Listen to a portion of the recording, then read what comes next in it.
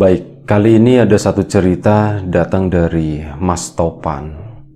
Mas Topan di tahun 2008 atau sekitar 14 tahun yang lalu ya. Mas Topan itu masih berprofesi sebagai seorang penjual putu atau tukang putu, kue yang bunyi yang buat masaknya tuh bunyi wit itu. Dan mungkin kawan-kawan semuanya familiar. Dan Mas Topan ini asalnya tuh dari Brebes sana. Dan sebelum kita lebih jauh ke dalam cerita, seperti biasa gue pengen ucapin banyak-banyak terima kasih buat kawan-kawan subscriber semuanya. Terima kasih buat kawan-kawan yang udah kasih support, udah kasih dukungan. Terima kasih juga buat kawan-kawan yang udah ngasih like, udah nge-share ke yang lainnya. Dan ya gak lupa juga terima kasih buat kawan-kawan yang udah ninggalin komentar. Juga kawan-kawan yang udah join jadi membershipnya Lapak Horor. Terima kasih banyak semuanya. Nah, berikut adalah cerita dari Mas Topan, si tukang putu dari Brebes. Jadi tahun 2008, Mas Topan itu baru sekitar 2 tahun. Dia itu memulai di 2006, mulai jualan putu keliling dari satu kampung ke kampung yang lainnya. Seperti itu dilakoni. Di awal-awal Mas Topan itu jualannya itu pagi. Biasa berangkat sekitar jam 8 atau jam 8 pagi, jam 9 pagi. Nanti pulang-pulang ya sehabisnya lah. Biasanya sih diusahakan sore sekitar jam 5 Mas Topan udah pulang. Cuman belakangan Mas Topan itu kayak ngerasa kok pagi agak sedikit turun ya omsetnya ya. Penjualannya tuh agak sedikit turun. Aku mau coba jualan malam soalnya apa? Teman-temanku yang jualan malam itu ceritanya enak semua. Jadi rata-rata mereka itu memang ya jualannya laku gitu ya. Lebih kenceng dari jualan pagi. Ya sudah, akhirnya Mas Topan pun dia coba jualan malam. Jualanlah malam dia keliling sama dari satu kampung ke kampung yang lain dengan bunyi wit gitu. Kalau udah mateng tuh biasanya kayak gitu bunyinya. Pada suatu malam dia melewati sebuah kampung yang relatif baru buat dirinya. Dia itu baru masuk ke sana sekitar 2 atau 3 kali lah. Jadi belum terlalu hafal spot-spot mana yang bagus buat jualan, mana yang rame itu. Kampungnya sendiri tuh sebenarnya rame. Cuman malam itu sekitar jam 8 malam, entah kenapa kampung itu udah mulai agak sepi. Mungkin ada tontonan bagus di TV kayak gitu. Jadi beberapa orang yang ada di luar rumah gitu itu cuman sedikit. Meskipun biasanya mereka tuh tahu kalau ada tukang putu lewat ya bunyi wit, mereka tuh akan keluar. Cuman anehnya malam itu tuh ya agak sepi. Ada 1-2 yang beli tetap, cuman dibandingkan hari-hari yang sebelumnya tuh agak sedikit beda.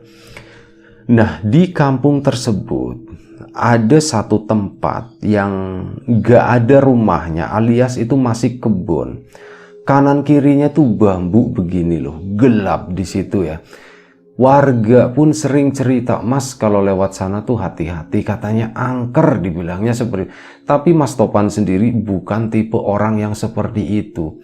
Bukan tipe orang yang penakut, yang percaya sama hal-hal kayak gitu. Udah aku lagi nyari uang, aku fokus aja nyari duit, ngapain takut yang begitu-begituan, pikirnya Mas Topan itu seperti itu. Dia pun berjalan ke sana, ngelewatin mau pindah ke kampung yang lain lagi. Jadi jualan malam itu dia mulai itu dari jam 5 sore, jam 4 atau jam 5 sore. Nanti pulang-pulang sehabisnya. Biasanya itu sekitar jam 10 malam udah habis, atau bahkan nanti sampai jam 12 malam. Tergantung lah ya. Cuman hari itu feelingnya Mas Topan itu nggak bagus. Wah, ini bisa jadi sampai tengah malam tuh nggak habis nih. Belum ada setengah adonan gitu ya. Adonannya itu tepung-tepung begitu warnanya hijau. Belum habis setengahnya. Ini bakal dibawa pulang nih. Mas Topan itu sebenarnya agak males ya. Meskipun sebenarnya katanya masih bisa kayak diolah lagi atau apa gitu biar agak sedikit awet. Cuman ada beda aja lah gitu. Rasanya nanti akan sedikit asem. Katanya seperti itu. Jadi Ya kayak gitu agak sedikit ngeluh ya, kenapa sepi ya, kenapa sepi ya, kenapa sepi ya. Dia pun nembus ke sana, ke area bambu itu. Mas Topan tahu jarak sekitar 20 atau 30 meter, wah ini yang kebun bambu itu. Tapi lagi-lagi dia nggak peduli. Dan anehnya tuh begini, saat Mas Topan udah memasuki kebun bambu tersebut, tiba-tiba itu ada yang manggil, "Mas Putunya, Mas Putu," katanya. Wah, Mas Topan, siapa nih di kebun yang beli gitu kan? Dia pun berhenti, ya. Pas nengok ke kiri, ternyata di situ itu ada rumah kecil yang kondisinya nggak bagus, jelek lah pokoknya lah. Rumahnya udah kecil, tembok-temboknya itu juga udah pada rontok, gentengnya kondisinya juga ya kurang bagus seperti itu. Mas Topan pun berhenti. Dia itu jualan pakai sepeda ya. Dia pun mundurin gitu sepedanya karena lewatnya belum terlalu jauh juga. Dia mundurin ke sana. Ada seorang ibu-ibu yang beli. "Mas, Putunya Mas," katanya. "Oh, nje Bu, pinten Bu," katanya. 5.000 bilangnya begitu. Wah, 5.000 ya sudah, dia pun bikin, "Sebentar ya Bu ya." Iya, si ibu tadi pun berdiri di samping sepedanya Mas Topan nungguin itu. Proses bikin putunya gitu, dimasukin bambu, dicetak begitu, nanti dimasukin ke lubang uap itu ya, ditaruh di situ. Pluk. Pas lagi ngolah begini, entah kenapa tiba-tiba Mas Topan itu kan cuman pakai lampu ini doang ya, lampu minyak kecil begitu. Mas Topan samar-samar tuh ada sesuatu yang netes, warnanya tuh agak pekat, entah hitam atau coklat begitu, itu jatuh ke adonan. Pluk. Mas Topan kan, aduh ini apa nih yang jatuh? Jatuh lagi tetesan kedua, jatuh lagi tetesan ketiga. Nah di tetesan ketiga itu Mas Topan itu sadar, aku kok ngerasa ada yang basah di hidungku ya. Mas Topan coba beginiin loh, dilap, dan ternyata di sini itu merah semua tangannya, hidungnya itu berdarah alias mimisan waktu itu. Mas Topan ya ngelihat seperti itu, ini lagi ngeracik, lagi ngerakit putu, tiba-tiba ada darah yang netes di situ. Kalau yang beli ngelihat gimana coba reaksinya, dan ternyata di luar dugaan Mas Topan. Yang beli itu ngelihat si ibu-ibu tadi. "Apa itu Mas?" katanya. "Ini Bu, maaf Bu, nanti saya gini." "Enggak apa-apa Mas, tambah enak, tambah manis kalau kayak gitu." Di situ kan Mas Topan antara senang, tenang gitu. "Oh loh, kok nggak apa-apa ya?" Tapi ya sudah wis gitu lah, pikirnya dia tuh kayak gitu. "Oh ya sudahlah," gitu.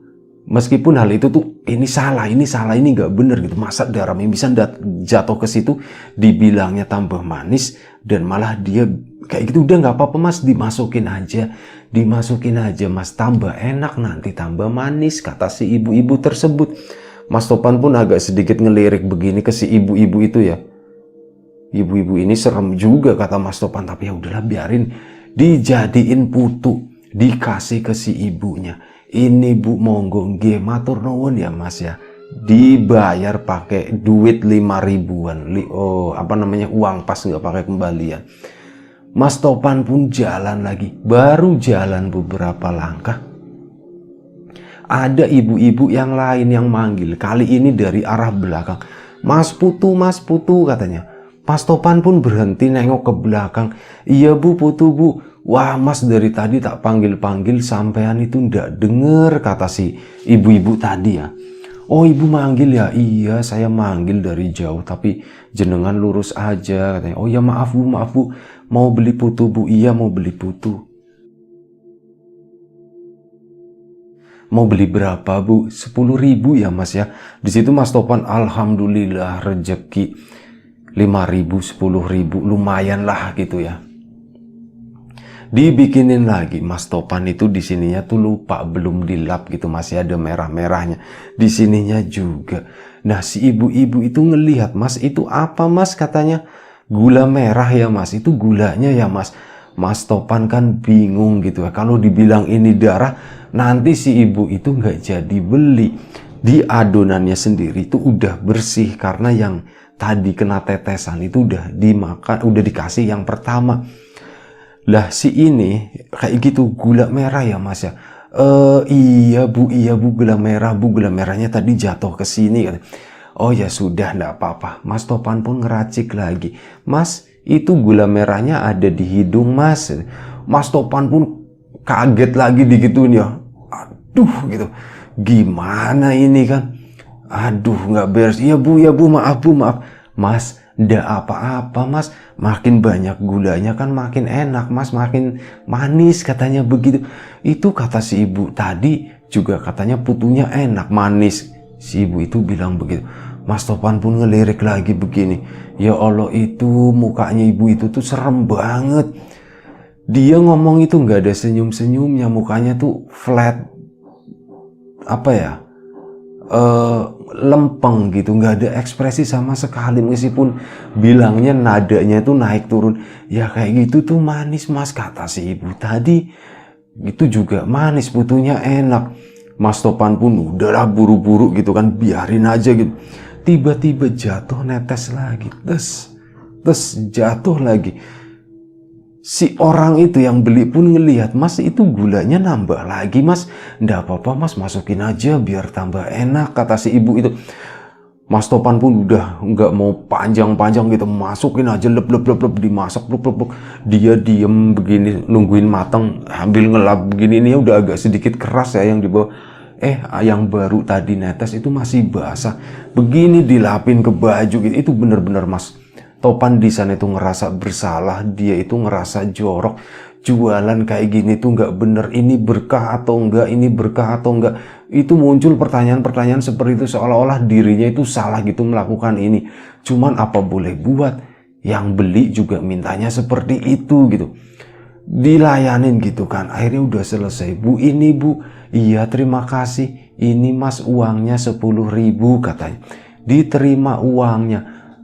Mas Topan kan buru-buru gitu ya. Dia tuh udah nggak sempet nengok lagi ke belakang atau apa. Dia pun jalan kebunnya itu masih lumayan panjang. Masih ya sekitar 30 atau 40 meter ke depan. Baru mau jalan lagi, tiba-tiba dari arah kanan kali ini. Mas Topan itu nengoknya ke arah kiri. Mas mau kemana? Mas Topan kaget banget. Astagfirullahaladzim. Nengok itu ada bapak-bapak di sana. Mas, putunya masih mas. Masih pak katanya. Mau beli berapa pak? Beli 10.000 lagi kata si bapak tadi. Oh jenje pak sebentar pak. Mas Topan pun ngerakit sambil gini-gini ya. Ini masih ada nggak merah-merahnya. Di tangan itu juga udah mulai dibersihin. Jadi udah nggak terlalu kelihatan.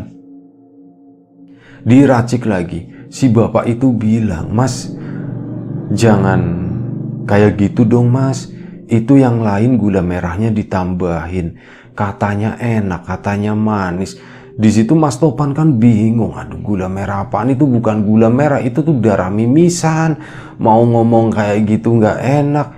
Tapi gimana ya, aku harus jujur. Akhirnya apa? Mas Topan pun bilang, Pak nuwun sewu pak. Itu sebenarnya bukan gula merah pak. Nggak apa-apa. Istilah kami itu gula merah mas. Manis katanya begitu kata si bapak tadi. Tiba-tiba lagi netes lagi itu hidung. Tes. Ini aku sebenarnya kenapa sih? Kenapa aku mimisan terus kayak gini? Ini udah berulang kali loh kayak gini loh. Tapi Mas Topan kayak gitu jatuh lagi ke adonan situ ya. Diolah lagi, udahlah ini di sini emang aneh. Ini kayaknya mungkin bukan manusia atau apa. Mas Topan itu udah kepikiran sempet ya kayak gitu kepikiran. Ini mungkin bukan orang gitu ya. Soalnya nganggep masa darah dianggapnya manis, dianggapnya gula merah gitu. Udah. Dimasukin lagi, dimasak lagi. Mas asalnya dari mana? Saya dari Brebes. Waduh, gak jauh dong ya mas. Dalam hatinya Mas Topan, gak jauh apanya, jauh itu pak. Saya ke sana itu masih ada setengah atau 1 jam lagi kali ke kampung saya. Tapi cuman dalam hati doang. Gak apa-apa mas, di sini kalau misal jenengan jualan gula merahnya banyak, manis, pasti laku mas, dijamin laku kata si bapak itu. Iya pak. Selesai bleb udah selesai gitu ya. Singkat cerita Mas Topan itu lebih banyak diem gitu sambil narik hidung, jangan sampai ada yang jatuh lagi, jangan sampai ada yang netes lagi hidungnya, mimisannya itu. Kayaknya udah aman. Akhirnya dikasih ke bapaknya. Pak terima kasih ya pak ya. Iya sama-sama katanya. Terima kasih gula merahnya lo mas lo. Kata si bapaknya begitu. Oh ji pak, sami-sami pak.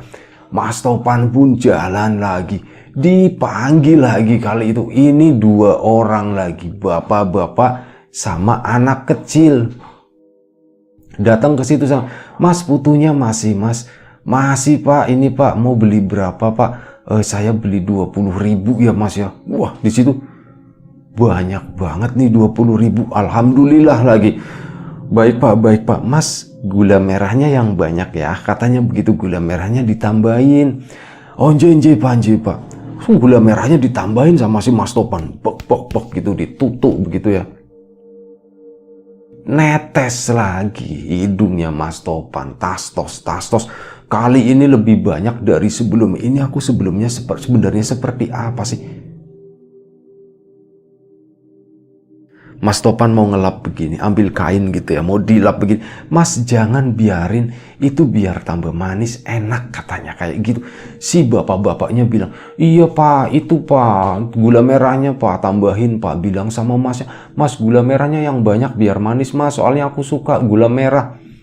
Dilirikan anaknya begini, si anaknya tuh meringis gini, giginya tuh katanya mirip kayak giginya ikan hiu, lancip bilangnya begitu kata Mas Topan. Ini serem banget tadi. Ya. Udah akhirnya buru-buru gitu kan. Sumpah ini tuh nggak bener, ini di sini tuh nggak bener, ini nggak beres. Mereka tuh bukan orang. Aku cek lagi begini, duitnya masih duit, beneran duit katanya, bukan daun atau apa. Udah diracik lagi begini, netes lagi makin banyak, masukin lagi seperti itu sampai akhirnya udah kali itu dan seterusnya begitu ya. Enggak cuma ini yang bapak sama anak-anak itu enggak bukan yang terakhir. Kesananya itu masih ada lagi, dan hal yang diomongin, yang diutarain itu sama. Gula merahnya ditambahin, soalnya kami suka yang manis, enak mas. Bilangnya rata-rata seperti itu semua. Dan saat keluar dari kebun itu, dagangannya Mas Topan itu habis, ludes, bener-bener bersih. Sampai ada apa? Terakhir itu ibu-ibu nunggu di sana ya, di luar kebun. Mas, putunya masih mas. Wah bu, udah habis bu gitu, tadi diborong di sana. Oh begitu ya mas ya. Iya bu. Loh mas, itu hidungnya kenapa merah? Oh iya bu, ini tadi kepentok bu, saya tuh kepleset, ininya kena sepeda, jadinya kepentok berdarah. Oh gitu ya mas ya. Wah itu dilap dulu mas, udah berhenti belum darahnya katanya. Udah bu, iya itu mimisan mas. Ya sudah mas, nanti besok kesini lagi ya kata si ibu itu. Nah Mas Topan di situ baru mikir, ini baru manusia normal nih, ini dianggapnya darah gitu, ngomong mimisan gitu. Mas Topan pun pulang dengan ceria. Alhamdulillah malam ini tuh daganganku habis semuanya, ludes semuanya. Yang dikiranya tadinya nggak habis, ternyata habis. Sana pulang ke istrinya, mas gimana mas? Alhamdulillah, dan pulangnya pun agak cepat, 1 jam lebih cepat lah sampai rumah. Gimana mas, habis? Alhamdulillah habis semua. Loh kamu, hidung kamu itu kenapa mas? Jadi di dalam lubangnya itu masih ada sisa hitam-hitam. Ini mas tadi kepentok sepeda gitu, duk, darahan, mimisan. Oh gitu mas, ini di sumpel pakai daun sirih mas. Enggak kok, ini udah berhenti kata si Mas Topan itu seperti itu. Ya sudah, akhirnya malam itu Mas Topan nggak cerita apa-apa ke istrinya. Keesokan harinya Mas Topan itu melakukan hal yang sama seperti itu. Dia pun jualan putu di area sana, pun kondisinya sepi seperti hari sebelumnya. Dan hari itu dia itu mengalami hal yang hampir sama seperti yang kemarin, di mana di kebun itu tuh banyak yang beli. Dan waktu itu Mas Topan itu sempat sebentar. Mas Topan itu sempat agak menyelidiki gitu, apa sih sebenarnya yang terjadi. Ini orang-orang ini tuh datangnya dari mana. Tapi ya Mas Topan itu nggak nemuin apa-apa. Mereka tuh kayak tiba-tiba kalau dia ngadep ke sana, orangnya datangnya dari sini. Kalau Mas Topan yang ngadep ke kanan, orang itu datang dari kiri. Dan mereka tuh anehnya begini, setiap Mas Topan jualan di situ, setiap ada yang beli, maka Mas Topan itu akan mimisan Dan mimisannya itu tanpa penyebab. Tiba-tiba hidungnya tuh keluar darah begitu aja. Dan itu akan netes ke adonan. Semakin banyak tetesan di adonan itu. Ini pembeli-pembeli yang di sini itu semuanya malah suka. Ayo mas tambahin lagi, mas tambahin lagi.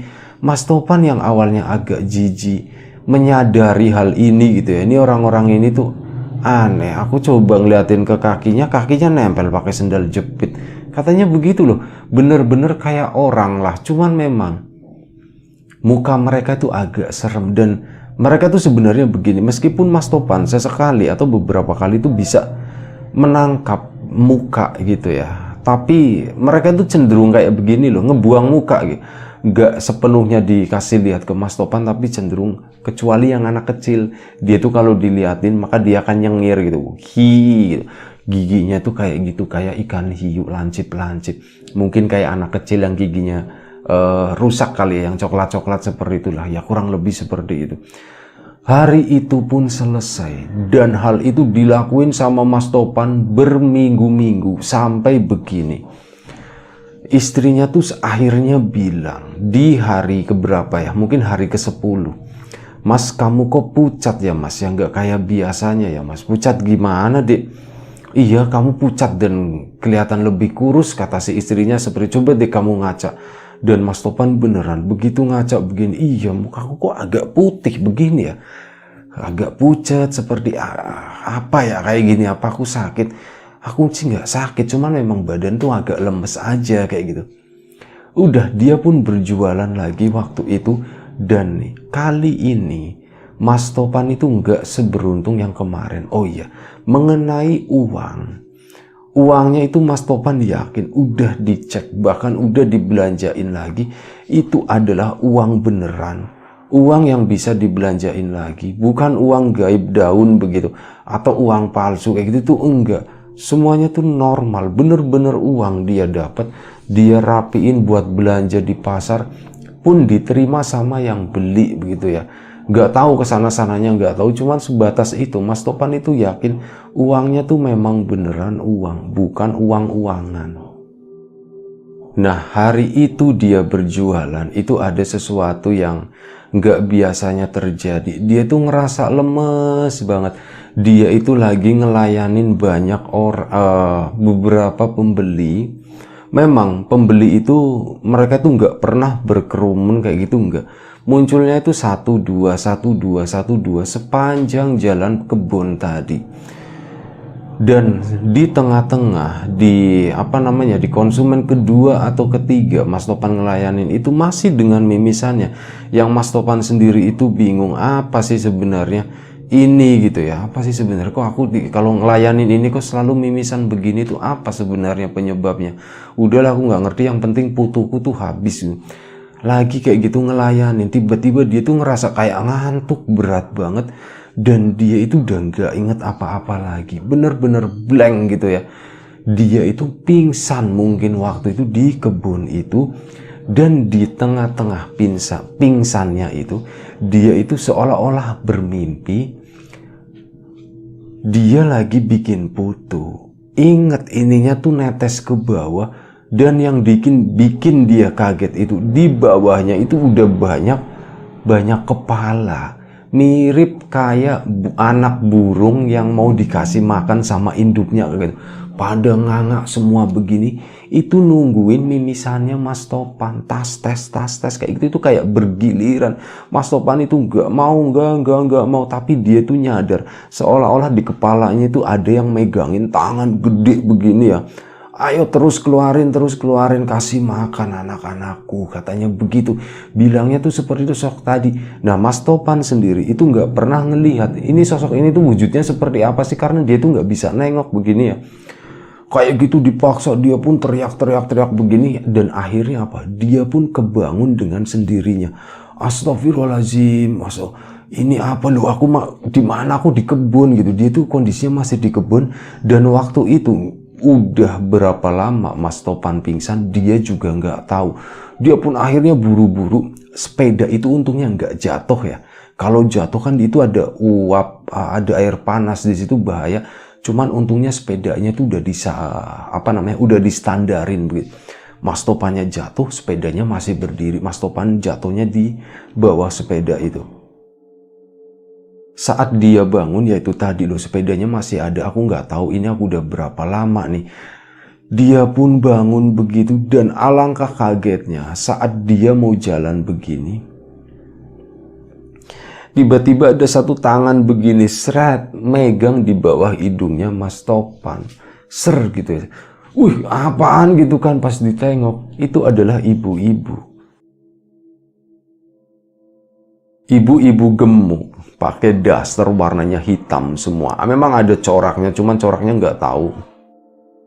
Mas Topan nggak terlalu ingat, ada coraknya tapi daster hitam. Ibu-ibu tadi tuh rambutnya keriting dan nggak diikat ya, jadi agak jebak gitu. Ngelepet begini, nah dijilat sama si ibu tadi. Nah, enak mas katanya, enak mas. Diginin lagi Mas Topan kan ngindar-ngindar terus gini, bu apaan sih bu, apaan sih bu?